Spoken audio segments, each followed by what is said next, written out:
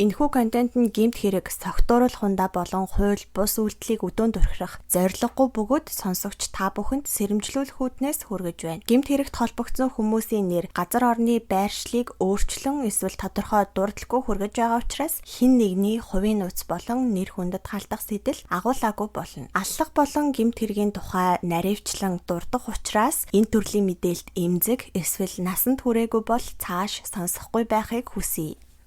Сайн байцгаана уу? Дүрт өдөр болсон байна. Час өдөр подкастынхаа шинэхэн дугаартаа тавтай морил. За сонсогч та бүхэн маань 7 хоногоо яаж өнгөрүүлж гин? Ажил амьдрал нь сайн уу? Удахгүй бас хичээлийн шинжил болох гээд хөл хөдөлгөөн, замын төвжирлэл нэлийн их байх шиг байна. Та бүхэн төгжирж байхдаа сонсож гин үү? Юу хийж байхдаа сонсож гин? Комментэн дээр бичиж үлдээгээрэй. Хэрвээ шинээр орж ирсэн сонсогч нар байх юм бол манай подкаст Монголд олсон бодит гэмт хэргийн түүхийг бэлдэж хүргэдэг байгаа. Зүгээр нэг гэмт хэрэгттэй хэрэг дурлаад яриад өнгөрөхөөс гадна тухайн гэмт хэрэгтэй холбоотой нэмэлт мэдээлэл бас өөрийнхөө өнцгөөс юу гэж бодож байгаагаа үзэл бодлоо би нэмж ярьдаг байгаа. Сүүлийн үед айгүй их шин сонсогч нар нэмэгдэж байгаа хандлт өсгийн хэрээр зүгээр хэрэгээ яриач төгсгөлд нь эхэнд нь ч юм уу те ямар их юм ярьдсан бэ гэд нэлээд олон хүмүүс комент биччихсэн байлээ. Тэр хүмүүст хандаж хэлэхэд би цаашдаа зүгээр хэрэгээ ярих уу гэх юм бол зүгээр хэрэгээ ярихгүй. Мэдээч өөрийнхөө үзэл бодлоо уул сууртайгаар, аргументтайгаар нэмж үнэлэлт, дүгнэлт өгч ярих болно. За тэгээд subscribe дарж амжаагүй хүмүүс байх юм бол subscribe дарахаа битгий мартаарай. Ингээд цөмөрөө хэрэгтэй орцгоё. Өнөөдрийн хэрэг бол бас л гэр бүлийн хүрээнд үйлдэгдсэн аимшигтай үнэхээр аимшигтай хэрэг байгаа. Хэрвээ та бүхэн санджаах юм бол 2020 оны 11-р сард Монгол улс дотооддоо COVID-19-ийн халдварыг алдаад яг хатуу хөл хорой эхэлж байх үед нэгэн аимшигтай мэдээлэл цацагдаад хүмүүсийг цочроож исэн. За энэ юу байсан бэ гэх юм бол төрсөн ах нь охин дүүгээ алаад мөчилсөн тухай мэдээлэл байсан. За энэ дүүгээ мөчилж алсан гэх залуу болохоор 2002 оны 1-р сард Улаанбаатар хотод төрсөн. Хэрэг үлдэх үедээ 18 настай байсан. За бүгдээрээ бата гэд цаашаа яриад явчихъя. Эднийх болохоор ихээс дөрүүлэн юм байна. 3 хүү, 1 охинтой айлайсан. Хамгийн бага хүүхэд нь болохоор талигаа охин нь байсан. За энэ охиных нь яг дээд талынх нь ах нь болохоор бата. Тэгээд бас батагийн дээр 2 ах байдгийн байна. Эдний гэр нь болохоор хотоос нилээд зайдуу байдаг болохоор талигаа охин дүүн өглөө хичээлдээ байнга хоцроод байна гэд хот руу арай жаахан дөхөөд нийтийн байр хөслөөд тэндээ ээж нь бата тэгээд талигач охин дүү 3 нь хамтдаа амьдардаг байсан. Харин 2 том ах нь бол тусдаа хуучин гэртээ амьдардаг байсан юм байна. Аав нь бол хамт амьдардаг байсан уу үгүй юу гэдэг талаар ямар нэгэн мэдээлэл бол олдоогүй. Хамгийн анх 2020 оны 11-р сарын 3-ны орой 23 цаг өнгөрч байхад ээж нь том хөөрүүгээ утсаар залгаад охин дүү чи хороол яваад загсан хувцас аавна гэд гарсан чинь одоо болтол алга байна. За бата бол PC тоглоомын газарт хонно гэд явчихсан гэж хэлсэн. Тэгэхээр н том ахын шууд гараад ээж дээрээ очих гэсэн чинь 23 цаг өнгөрчихсөн нэлийн орой олцсон байсан болохоор нь болоод гэртээ онсоо. За маргааш өдөр нь бол талигаачийг хүрээд ирэх байх гэд хэсэг харцнаад ирэхгүй болохоор нь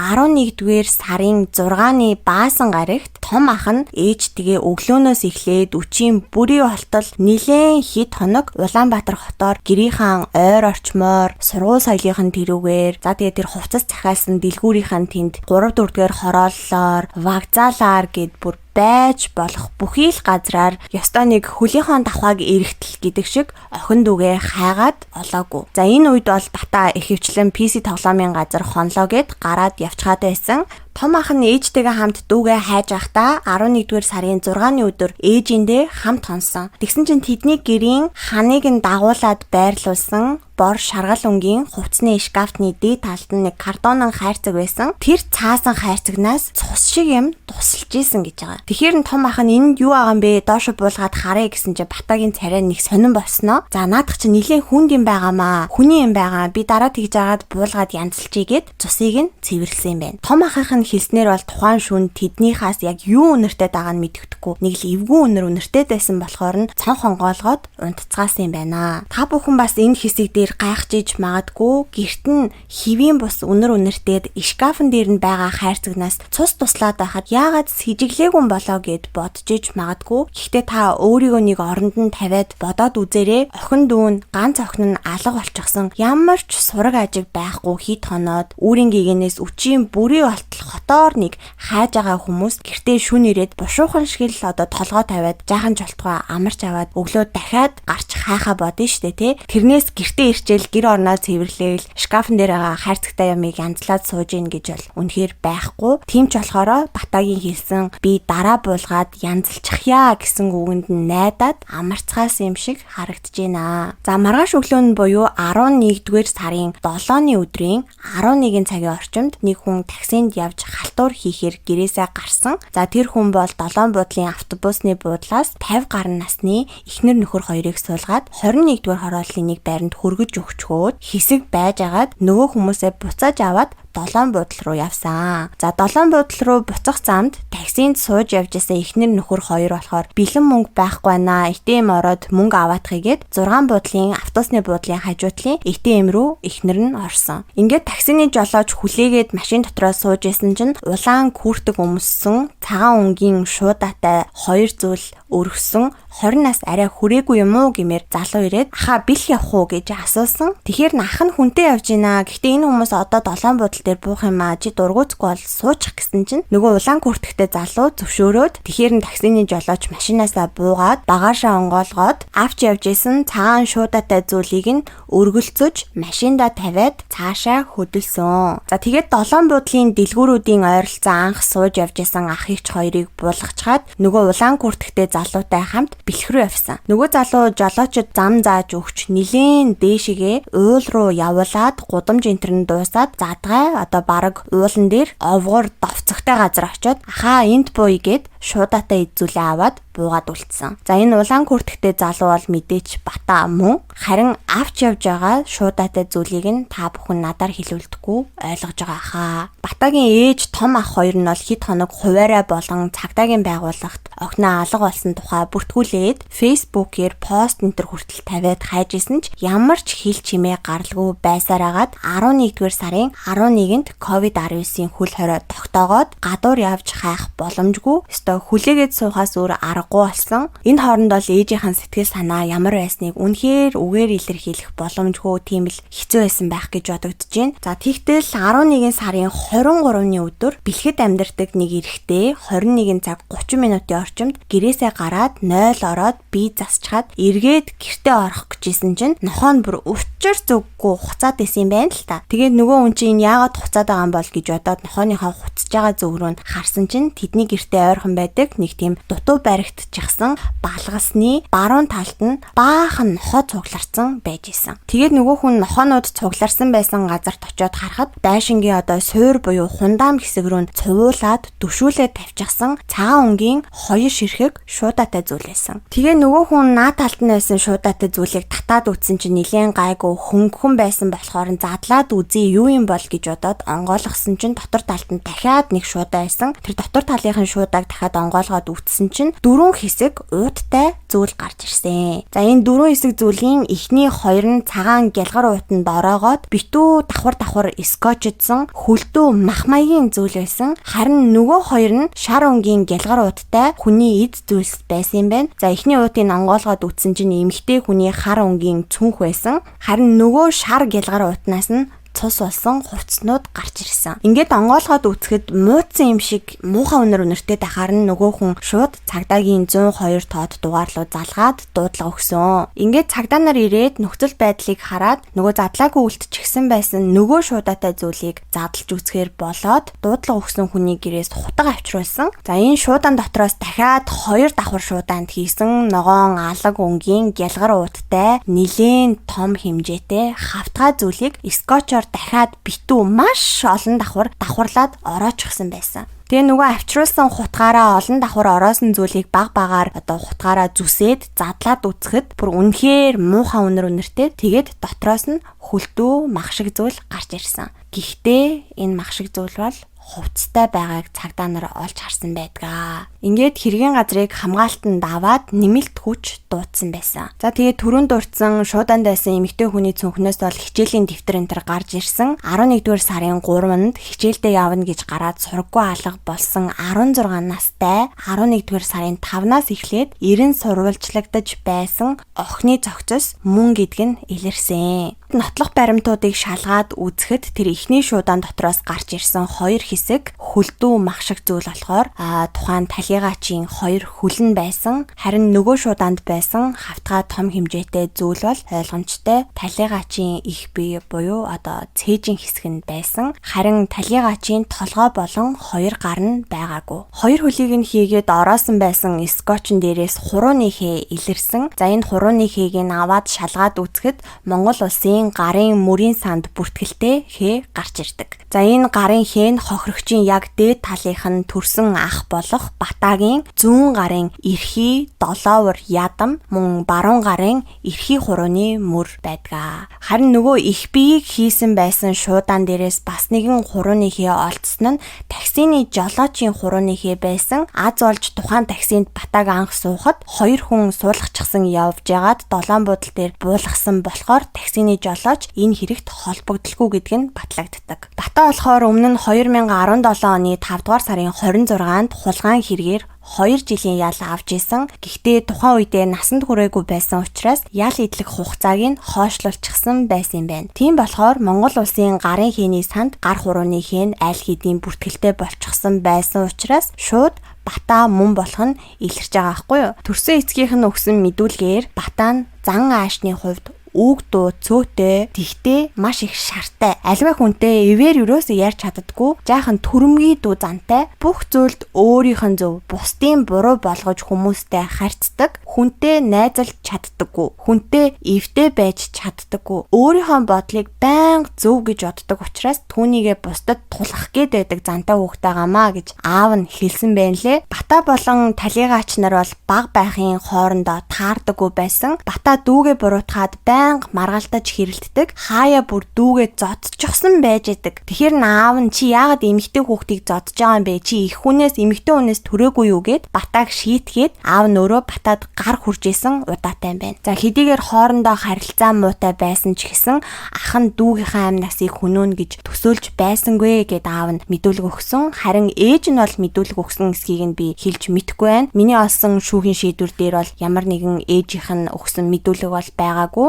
За хурш айлуудаас нь мэдүүлэг авсан чинь бүгд л одоо эдний хүү охин хоёр нь хоорондоо харилцаа муутай хэрэлдэж зодолдоод бүр түжигнэлдээд байдаг гэж мэдүүлсэн. Тэрч бүхэл нэг удаа ах нь дүүгээ чи талах идсэн байна гэд уурсан чинь дүүн би идээгүй 2 ширхгийг идээд бусдыг нь үлдээсэн гих зэрэгээр зүгээр л нэг энгийн гэр орны ойр зургийн асуудлаас болоод хоорондоо маш их маргалдаж хэрэлдэж зодолдож байгааг нь сонссон гэсэн гэрч байсан. За Батагийн хувьд гэх юм бол яг дүүгээ яаж алснаа, хэрэг үлдэж явах үеийг, дүүгээ яаж мөчилж байсан тухайга мэдүүлсэн мэдүүлэг нь шүүхийн шийдвэр дээр бол авагдаагүй лээ. Магадгүй үнэхээр олон нийтэд дэлгэж болохгүй тийм л амар цочирдуулан байсан байна гэж би бодлоо. Ямар ч байсан яллах дүгнэлтэн дээр бичснээр 11 сарын 2-ны орой дүүтэйгээ маргалдаж хэлсэн. Тэгээ маргааш өглөөн нь дүү нь алга болсон гэж хэлээд байгаа өдөр буюу 11 сарын 3-ны өдрийн 11 цагийн орчимд дүүгээ гэрээсээ гарах үед нь хоолойг нь боож амь насыг нь хохироосон. Үүнийхээ дараагаар цогцыг нь мөчлөн гэртээ 3-аас 4 хоног нууж агаад 11-р сарын 6-нд Сүхбаатар дүүрэгт байрлах дутуу баригдсан улаан өнгийн тоосгон байшингийн гадна талд нь аваачиж хайсан. Түрүүн би дурдсан те талигаачийн толгой болон 2 гар нь байхгүй байсан гэд тэр толгой болон 2 гарыг нь болохоор тэр таксигаар явсныхаа маргааш өдөр нь дахиад Сүхбаатар дүүрэгт байрлах хуучин цэргийн ангийн үлдэгдэл болсон балгасанд аваачиж хайсан байдгаа. Ингээд энэ олцсон цогцост шинжилгээ хийгээд үзэхэд ойролцоогоор 160 см урттай 60 кг орчим жинтэй ам хамар хүзүү хоолой нь гаднаас дарагдах хэлбэрийн амьсгал бүтэлтэнд орж нас барсан нь тогтоогдсон. Амьд байхад нь үүссэн хүзүүний цус хуралд үүдэн дээд 101-р шүдний сулрал зэрэг гэмтэл илэрсэн. Харин нас барсныхан дараа их биеэс нь толгойг бас 4 мөчийг нь салгаж мөчөлсөн. Шээсний сөв, давсагны арын хан нь урагдсан, нарийн гиц нь гадагшилсан зэрэг гэмтэл тогтоогцсон. Өтрээний арчтас наалтцсанд бол эр бэлгийн эс үрийн шингэн илрээгүй, нас бараад 5-аас дээш хоног өнгөрчихсөн байсан болохоор цогцос муудаад ялзарчихсан, үхэлд хүргэх архаг хууч өвчин байсан уу гэдгийг нь тогтоох боломжгүй юм байна. За тэгээд талигачийн булчинд химийн лабораторийн шинжилгээ хийж үзэхэд бол спиртийн агуулмж огт илрээгүй гэдгийг шүүх шинжилгээгээр тогтоосон. Батагийн хувьд сэтгцийн ямар нэгэн өвчнгөө үйлцэн хэрэгээсээ болоод сэтгцийн ямар нэгэн өвчнөд бол огт болоогүй. Болсон хэрэг явдалд үнэлэлт, дүгнэлт хийгээд өөрийнхөө үг яриа болон үйл хөдлөлөөрөө дүрслэн үзүүлэх, үнэн зөв мэдүүлэг өгч бусдад ойлгуулах бүрэн чадвартай. За өмнө нь бол ямар нэгэн сэтгцийн эмнэлгийн хяналтанд байдаг эмчилүүлж байсан гэх баримт мэдээлэл бол ерөөсөө байхгүй, хэрэг хариуцах бүрэн чадвартай. За Бата шүүхтэр ингэж хэлсэн байлээ. Гэр бүлийн дотоод харилцаанаас хамаарат талигач дүүтэйгээ багаасаа л муу харилцаатай байдаг байсан. Манай дүүг хулгай хийхэд ээж аав, ах нар бүгд өмөөрөөд намайг байнга зоддог байсан. Багаасаа таарамжгүй харилцаатай байсан. Гэмт хэрэг үйлдсэн гин бурууга хүлээн зөвшөөрж ийна. Хөнгөн ял шийтгэж өгнө гэж хэлсэн байдаг. Ингээд анхан шатны шүүхээс бол Батад бүх насаар нь 20 ял оноосон. Тэгээд би за ашгүй дээ гэж бодоод нэмээд уншаад байсан чинь дахиад 2-3 удаа давзаалдах шүүх хурал болсон байлээ. Ингээд 2021 оны 8 дугаар сарын 3-нд Батад өгсөн бүх насаар нь 20 ялыг 15 жилийн хугацаатай ял болгож өөрчилсөн. За яагаад ингэсэн бэ гэдгийг би өөрийнхөө ойлгосноор тайлбарлаад өгье. Энэ хэрэгт анхан шатны шүүх дээрээс эхлээд Батагийн өмгөөлөгч нь бүх насаар нь биш хугацаатай ял оноож өгөөч гэсэн байр суурьтай бол оролцож исэн. Мөн энэ бүх насаар нь 20 ялыг гэр бүлийн хүчирхийлүүлдэж хөнөөсөн учраас бүх насаар нь гэж ялсан байгаа аахгүй юу. Харин өмгөөлөгч нь болохоор энэ бол гэр бүлийн хүчирхийлэл биш ээ. Энэ бол хувийн таарамжгүй харьцаа юм аа. Энэ хоёр хоорондоо харилцан муудалцдаг байсан. Тэрнээс Бата байнга дүүгээ дарамтлаад зоддог ч юм уу те ийм юм бол байхгүй. Гэр бүлийн харилцаа хамаарал бүхий этгээдүүдийн хооронд асуудал үүсэнгүүт шууд гэр бүлийн хүчирхийлэл гэж үзэж болохгүй гэж өмгөөлөгч нь мэтгэлцэж байсан. За энэ ялын хэмжээ буурахт нь Батагийн хэлсэн үг нь хүртэл нөлөөлсөн. Гэр бүлийн дотоод харилцаанаас хамаарат талигач дүүтэйгээ багаасаа л муу харилцаатай байдаг гэдг нь нөлөөлж байгаа. Дээрээс нь гин бурууга хүлээн зөвшөөрж ийна гэж хэлээд байгаа үгнүүд нь нэлээд их нөлөөлсөн юм байна. Мөн цогцыг мөчлөөд аваач хайцсан байгаа штэ тий. Энэ цогцос мөчөлсөнд нь ямар ч ял байхгүй. Цогцтой зөв бус харьцаа инээ тэрэ гэсэн хүндрүүлэх нөхцөл байдал ч гэсэн манай улсын эрүүгийн хуулинд байхгүй. Ингээд гэр бүлийн хүчирхийлэл бишгээд явангууд шууд хуулийнхаа дагуу ялын хэмжээ нь 15 жил болоод буураад ирж байгаа аахгүй юу. Үнэхээр харамсалтай санагдаж байна. Бүр үнэхээр би харамсаж байна. Энэ хэрэг дээр бол шүүх байгууллага, шүүгч, прокурор нар бол сайн ажилласан гэж би бодож байна. 3-аас 4 удаа өмгөөлөгчийн хүсэлтийг цуцлаад бүх насаар нь гэдгийг нь хэвээр нь үлдээж исэн ч гэсэн үнэхээр хуулийн юм байгаа юм чинь тэрнийхээ дагуу л ажиллана штэ тий. Шүүгч хүн бол хуулийг барьж шийдвэр гаргах ёстой.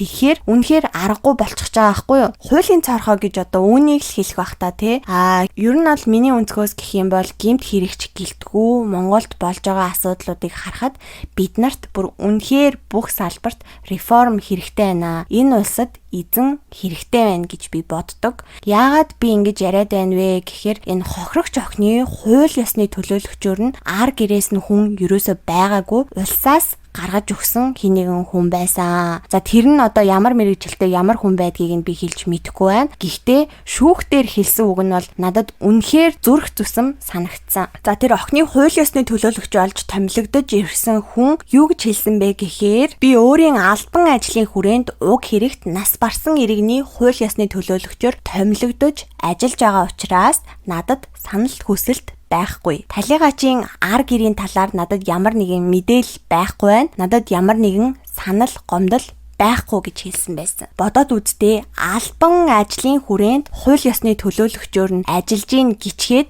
ажиллаа хийлдээ те 16 настай охин алуулаад бүр мөчлүүлчгээд байхад ядаж шүү иргэн хүнийхээ хувьд гомдолтой гэд хэлчих сэтгэл алах уу? Өрчин өвдөхгүй байх уу гэж үнэхээр асуумаар санагдсан. Энэ хохирогч тал гомдолгүй гэдэг дээр өмгөөлөгчийн зүгээс маш их point өгч ялын хэмжээг нь бууруулсан байхгүй юу? Ядаж хүний хүүхдийн өмнөөс харамсдаггүй маа гэхэд 15 жилийн дараа энэ хүн мөчлөөд ээж ядаг зэрлэг амьтантай нэг хотод мөр зэрэгцээд алхах өөрийгөө эсвэл бүр хүүхдээ бодоод ганц удаа гомдолтой гэд хэлчиж болсонгүй юу гэж бүр асуумаар санагдсан. Манай нийгэмд гэмт хэрэгч гэлтгүү, дээр дооргүй бүгдээрээ ийм хүниймсэг залхуу, ажилдаа эзэн биш те. Юмны дараагийн үр дагавраа хардаггүй ийм л хандлагатай байна. Энэ улсад эзэн хэрэгтэй байна гэд дахиад давтаад хэлчихье. За энэ хэрэг дээр ажлаа тултал хийсэн хүн бол мэдээч өмгөөлөгч нь байна. За гэхдээ тултал нь хийгээд яах вэ те criminal lawyer юм чинь хэцүү л байдаг бах та тий хүн алдсан хүнийг өмөрөө зогсохыг нэг хүсдэг хүн гэж байхгүй л ялгүй дээ. За тэгээд өнөөдрийн хэрэг бол надад олцсон мэдээллүүд бол энэ байна. Сонсогч нарын зүгээс яриад өгөөч гэсэн болохоор энэ хэргийг ярьлаа. Деталь бас багтаа болсон байх гэж бодож байна. Цаашдаа ийм бузрын юм дахиж хизээж битгий тохиолдоосай. Манайхан бас сэрэмжтэй байгаарай. Удахгүй энэ нөхөр гарч ирээд бидэнтэй зэрэгцээд алхах нь штэ. Үнэхээр харамсалтай. Би бол аль болох нэг талыг барихгүй баланстай дугаарууд бэлтгэх гэж хичээдэг. Энэ дугаар дээр бол үнэхээр сэтгэл хөдлөлөө үнэхээр бүр нууж чадсангүй. Тэгэд олон зүйл ярьлаа. Зүгээр хэрэгээ яриач гэдэг хүмүүст хандаж хэлэхэд дахиж битгий сонсороо л гэж хэлмээр байна. Та бүхнийгээ стресстүүлээд жоохон муухай мэдрэмж төрүүлсэн бол уучлаарай. Энэ хүртэл надтай хамтдаа стresстэн